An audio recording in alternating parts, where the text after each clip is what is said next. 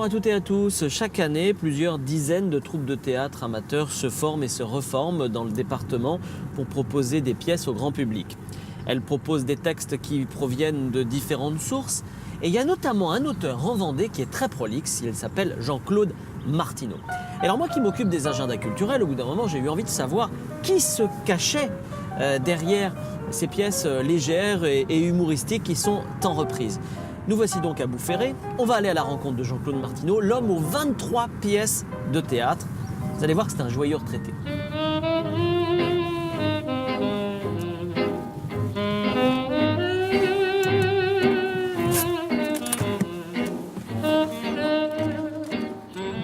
Bonjour Jean-Claude Martineau.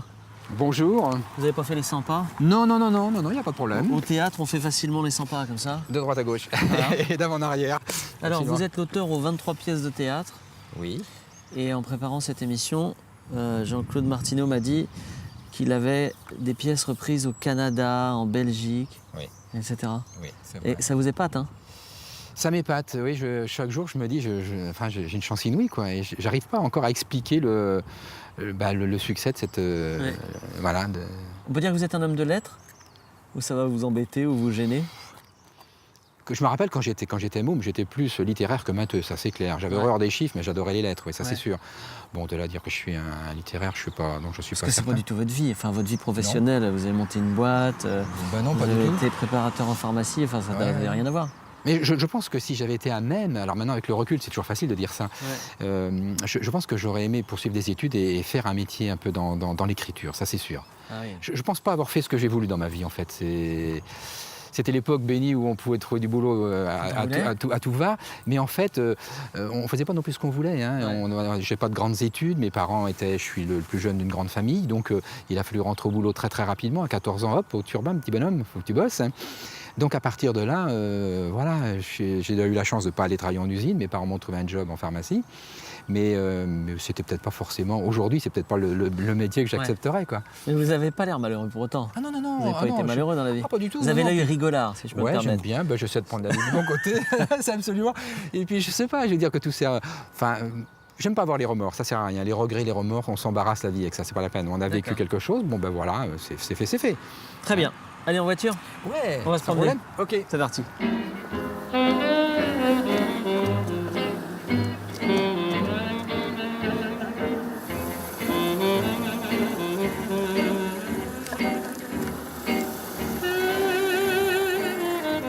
Donc, Jean-Claude, expliquez-nous comment vous est venu le goût pour l'écriture. Comment c'est venu cette première... Cette passion d'écriture, ça remonte... je pense que c'est d'une part le fait d'avoir joué, d'être entré dans la petite troupe de théâtre de Boufféré de façon c'est-à-dire vraiment... qu'au départ, vous étiez comédien amateur. Tout à fait, ouais. Dans combien de temps vous avez fait ça? Eh bien, je suis arrivé à Boufféré dans les années 70 et je suis rentré dans la troupe locale au pied levé pour remplacer un acteur défaillant qui avait laissé tomber son rôle comme Oui. ça. Et c'est ma future femme d'ailleurs qui est venue me chercher. Je prenais mes repas dans le restaurant de sa tante et elle m'a dit « Ça t'intéresse pas de venir jouer? Il y a un gars qui est parti, on est dans la panade. » Bon, j'y suis allé. Et on jouait la cagnotte de la biche, je me souviens. Et voilà, j'ai pris le rôle de maître Coquarel et je suis rentré dans la troupe comme ça. Et voilà, il y a plus de 40 ans que j'y suis. Et finalement... Vous continuez à jouer? On s'est arrêté l'an dernier, tous les deux. L'an dernier. Ouais. D'accord. C'était les 45 ans, on a dit stop, on va s'arrêter un petit peu quand même. On était un peu fatigués. Ah, fatigué? Ouais, un petit peu fatigué. Et puis bon, moi je suis dans l'écriture, donc ça me laisse plus de temps aussi pour écrire. Mais voilà, c'est vrai que tout pendant qu'on a joué, j'avais vraiment envie d'écrire, mais pas facile, hein, tout en ayant une activité professionnelle. Je commençais un texte, je l'arrêtais, je reprenais 3 semaines après, je savais plus où étaient mes personnages. Je dis bon allez, on laisse tomber, on verra ça plus tard. Et puis quand je me suis arrêté professionnellement, là j'ai repris l'écriture et puis c'est revenu, quoi, c'est sympa. Voilà. Vous dites ça de manière extrêmement simple. 23 pièces quand même, c'est extrêmement simple, mais c'est un travail de besogneux. Combien de temps vous mettez pour écrire une pièce? Alors on me demande souvent ça, mais c'est vraiment très variable. Hein. Larguer les amarres, par exemple, là, celle qui a été jouée plus de 1000 fois, je l'ai écrite en un temps record. Je pense qu'en 3 mois, ça a été fait. Après, je dis que c'est souvent, en rigolant, je dis c'est le temps d'une grossesse, quoi. La gestation, c'est 9 à 10 mois, quoi. Ouais. Ah bah, c'est quand même un travail de besogneux. Ouais. À raison de 2-3 heures par jour? Je me fixe rien du tout. C'est vraiment selon ce que donne l'inspiration, si elle est là ou pas là. Et vous avez de la chance quand même. Hein? Je sais pas, je me rends pas compte. Non, mais vous vous fixez rien du tout. C'est-à-dire que c'est votre activité ludique en fait. C'est Voilà, votre, tout à votre fait. bon plaisir. Je pense que si je devais en vivre, sûrement que je serais plus stressé. Hein. Ouais. J'irais tous les jours, je serais devant le. Je connais pas le syndrome de la page blanche, je m'en fiche un petit peu. Hein. Si un matin ça vient pas, bon, je vais dans le jardin, je fais autre chose. Hein.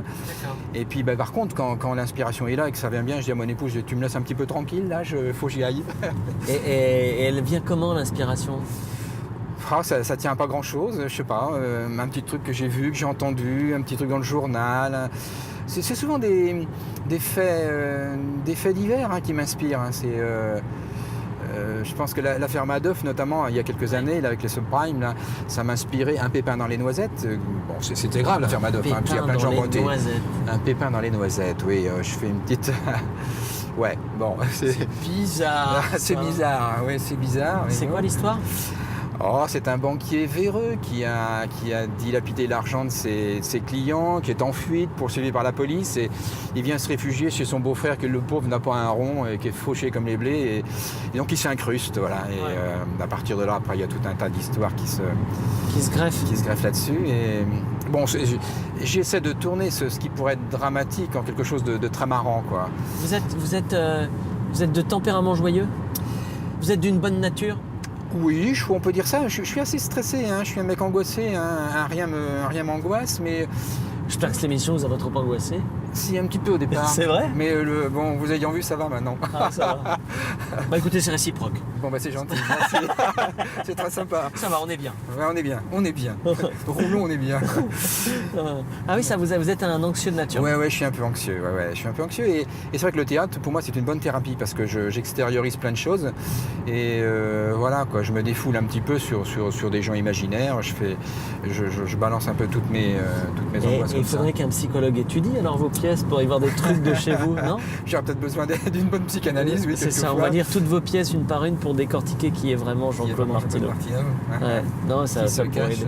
Et alors, bon, vos pièces, elles sont drôles par goût, pour la légèreté. Est-ce que vous pourriez faire des choses dramatiques?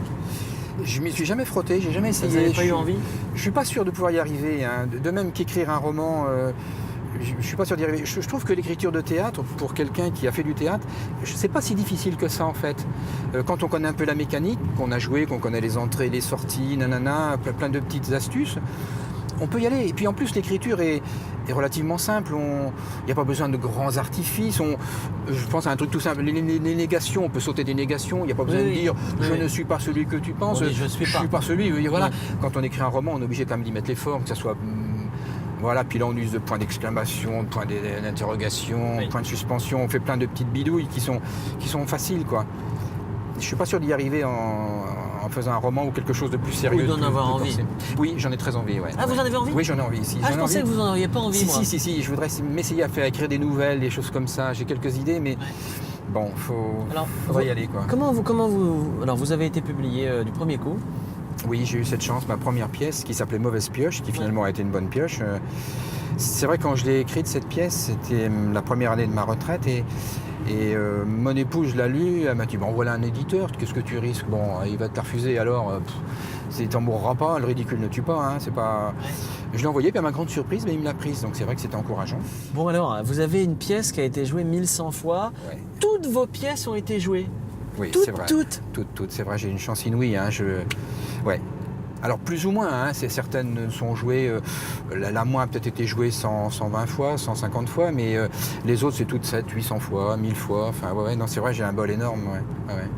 Mais comment vous expliquez ça? Vous expliquez pas en fait? J'explique pas, je sais pas, je me dis, alors les gens parfois me parlent, hein, les troupes me donnent un peu leurs sentiments, alors, certains me disent que... mes textes coulent bien, qu'une réplique en amène une autre, il n'y a pas ce qu'ils appellent des choses trappes, on risque pas de repartir 3 pages en arrière par exemple, ce qui est redoutable pour un acteur, hein. Oui. Ça fait peur des textes comme ça. Alors ils aiment bien, voilà, et puis paraît-il que c'est du langage assez simple, assez courant, et puis ce qui me fait surtout très plaisir, c'est que des metteurs en scène parfois me disent que mes pièces ressemblent à des bandes dessinées théâtrales. Alors ça me fait très très plaisir. Ah ouais. J'aime bien ça. Alors, c'est très visuel, quoi. Quand on vous lit, on voit l'image. Ouais. Allez, on écoute la pause musicale que vous avez choisie. Oui. C'est Grappelli. Grappelli, oui. Ah, il est déjà arrangé. Ah, Ne d'accord. vous inquiétez pas, on s'occupe de tout. Je Bien. monte juste là, parce que souvent je le monte pas. Grappelli. On écoute juste ça, puis après, je vais vous m'expliquer pourquoi juste après. Hein. D'accord. Je vous dirai.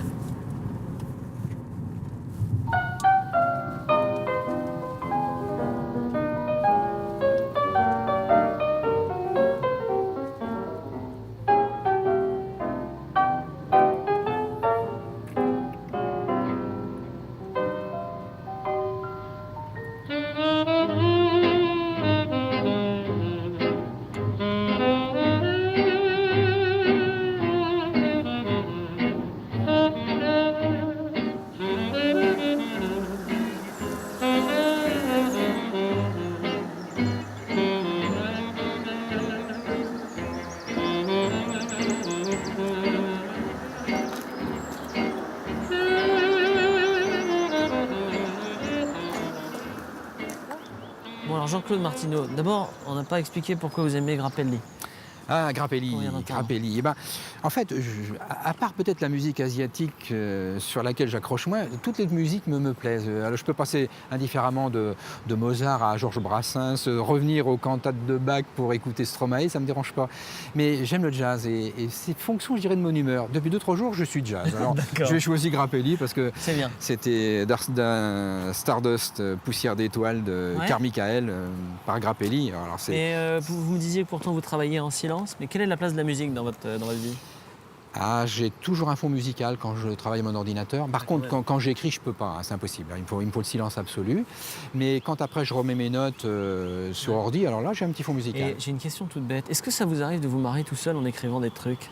Ouais, ça m'arrive. Ouais. J'ai honte de dire ça parce que je devrais pas. Parce que j'imagine quand Si, on si, écrit si, ouais. le bon mot et la bonne blague, Si, ça doit faire rire il m'arrive quand on fait de, des m'arrive de émissions. rire. Des fois, mon épouse me dit qu'est-ce que tu es encore en train de faire. Alors je Ouais. lui montre. Après, alors des fois, elle me dit écoute, arrête, tu charries un peu, tu pousses un peu loin le bouchon. C'est ma première correctrice. Hein. Ah oui. Et c'est ma première censure aussi. Enfin, elle me dit Ah non, oui. attends, là, tu vas un peu loin Parce que quand de temps même. en temps, Charrie pas. Donc, alors, hop, D'accord. voilà. D'accord. Ah, c'est drôle. Et dites-moi, on est ici sur les bords de Sèvres. Alors, ce qu'il faut savoir d'ailleurs, c'est qu'on n'est plus en Vendée, on est en Loire-Atlantique. On a passé le pont. Hein. Eh oui, normalement, on est en Loire-Atlantique ici. La Vendée Ouais. de l'autre côté, là-bas. Voilà. D'accord. Mais pourquoi vous m'avez emmené ici? C'est un petit coin que j'adore, j'aime bien. vraiment très C'est beau. très reposant. J'adore en plus, j'adore l'eau. La Sèvre, c'est une rivière que j'aime bien parce que je la connais. Je suis allé pêcher quand j'étais môme là-bas en Vendée. Elle offre de beaux paysages en plus, je trouve. Que ce soit à, Aujourd'hui, en plus, le temps est super sur doux. aux On est alentours- vraiment aux bien. alentours de Clisson ou à Tifauge ou au festival à Poupée. Là, et Ouais. c'est magnifique. Il y a vraiment de très beaux rivages avec cette rivière. Ouais. Très très belle. J'aime bien, c'est très reposant. Vous êtes pêcheur? Je suis pêcheur devant l'Éternel. C'est vrai? Oui, je pêche. C'est votre dada? Ouais, j'ai pas trop le temps d'y aller. Enfin, j'ai honte de dire ça parce qu'à la retraite, j'aurai avoir le temps. Mais bon, après, voilà, la pêche. Si, mais j'aime bien. Arriver le matin de bonne heure au bord de l'eau, là, quand il y a la petite brume comme ça, là, quoi. Il y a toutes les odeurs, les bruits. Je trouve ça formidable, quoi. Ah bah là, on est servi avec le beau paysage qu'on a là, les odeurs et le bruit, on a tout ce qu'il faut. Puis en plus, c'est le Mais bon, printemps. les poissons n'ont pas grand-chose à craindre avec moi. Je pense C'est que vrai. Vous êtes j'y nul vais plus pour. Ouais, je vois pas la moitié des touches ou quand je tire, c'est trop tard. Il a déjà bouffé l'asticot. Enfin bon, c'est. Ah non, Ok. mais c'est pas grave. D'accord. Ah non, mais vous avez. Je comprends que vous aimiez écrire, parce qu'en fait, vous avez du recul, même par rapport à vous-même, finalement. Absolument, oui. Vous êtes votre premier public. Ah et ouais, vous- puis C'est vrai. faut faire. Je pense qu'il faut faire preuve d'autodérision aussi. Il faut savoir rire de soi avant de rire des autres. Hein. Ouais. Sinon, c'est pas possible. Hein. Ah oui, j'imagine. Bon, allez, on va continuer, on va. La balade.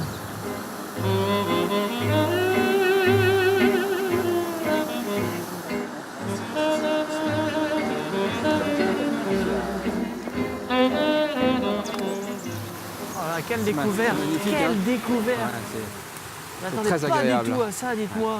avec ce petit village accroché là, c'est. Ah, c'est merveilleux. Ah ouais, c'est très beau. Avec J'adore. ces pierres, Et là, le moulin Foulon, qu'on peut pas visiter, mais bon, c'était. On dit que Colbert permit sa rénovation pour développer l'industrie textile. Il prit alors le nom de Moulin Neuf. Ouais. Voilà où nous sommes. Alors on n'est plus en Vendée, on est en Loire-Atlantique, mais on est quand même bien content. Hein. On est bien content. Parce que la Vendée est pas loin. Ma Vendée Ouais. natale, elle est là-bas. À la nage, vous pouvez rejoindre À la Vendée. Ah oui, mais je suis vraiment, Croix-Brasse. vraiment épaté. Ouais, c'est très très chouette, j'aime Bon. bien. Jean-Claude Martineau, c'est quoi vos références d'auteur? Qu'est-ce qui vous a influencé dans l'écriture Alors moi je suis de la génération qui a découvert le théâtre avec Pierre Sabag au Théâtre Ce Soir à la télévision. C'est génial. Ça correspond. Hein. Et je dirais que c'est un peu par là que j'ai commencé à aimer la comédie.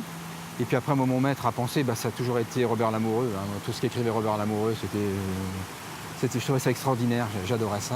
Ouais. Je suis allé le voir d'ailleurs plusieurs fois à Paris, hein, dans différentes pièces. Et voilà, donc je me suis un peu inspiré de lui pour écrire bien modestement mes trucs, mes textes. C'était un maître, Robert Lamoureux, effectivement, oui. qui jouait aussi, mais remarquablement bien. Remarquablement bien, absolument, c'est vrai. Alors, bon, vous mettez entre 3 mois et 9 mois pour écrire une pièce. Oui. Quand vous commencez une pièce, vous ne connaissez pas la fin. Non, alors bizarrement. Mais alors ça, c'est très très bizarre quand même. Oui, c'est vous vrai. êtes très très bizarre, Jean-Claude Martineau. Je suis bizarre, ouais. Mais je vais me faire soigner, je vous promets. C'est bizarre. Ouais, c'est vrai qu'à l'inverse de beaucoup de mes copains auteurs ou copines, hein, qui eux se structurent, font leurs plans, leurs scènes, leurs séquences et tout, moi il me faut juste une idée de départ. Et après, voilà, une fois que j'ai mon idée de départ, j'écris, je roule. Et puis brusquement, il me faut une grosse ficelle quand même, hein, pour que je puisse après la détortiller, puis partir dans différents sens. Et j'arrive toujours au bout comme ça. L'idée, elle est quoi? Elle apparaît instantanément ou ça peut être un petit fait divers. quand vous dites il faut qu'il y ait une grosse ficelle, c'est vous. Bon, Madoff, on va reprendre l'exemple de Madoff. Ouais. Vous êtes beaucoup documenté avant de commencer quand même? Non, pas trop. C'est l'affaire Madoff avec tout ce que C'était j'en savais, ce que suffisant disaient pour les vous journaux, et puis je suis parti là-dessus, quoi. D'accord. Et puis plus récemment, j'ai écrit une pièce qui s'appelle Tranche de bluff aussi. Alors là, l'idée m'est venue, alors c'est tout bête, hein. On était avec mon épouse dans un supermarché à la caisse à attendre et deux dames parlaient devant nous. Et elles parlaient il y en a une qui parlait de sa mère. Et c'était très drôle, mon épouse me dit écoute, c'est vraiment marrant, quoi. Alors elle était en train de dire qu'elle était partie en vacances. Ouais, j'écoute comme ça en douce, mais je me planque derrière mon chariot. Et elle disait qu'elle était partie en vacances et qu'elle avait reçu un SMS, fallait qu'elle rentre, sa mère était mourante. Donc ils étaient revenus en courant et en arrivant, la mère était dans le jardin en train de nettoyer ses carottes, quoi. Ouais. Je trouvais ça, mais c'est génial, ça, une vieille comme ça qui fait croire à ses enfants, un peu à la Tati Daniel, quoi. Ouais. Donc je suis parti là-dessus et j'ai écrit une pièce qui s'appelle Tranche de bluff, qui a été jouée 700 ou 800 fois, qui marche drôlement bien. Alors c'est des idées comme ça en fait. Les volumes, j'en reviens pas moi quand même. Hein. C'est des idées 700, 800 fois, 1100 fois, même 150 fois déjà, j'en reviens pas. Alors après, attention, c'est pas par an, hein, c'est depuis le début de la création de la pièce. Ça fait 11 ans que vous écrivez, donc en 11 ans, avoir des pièces qui sont jouées, allez-y, autant de fois, c'est quand même assez épatant.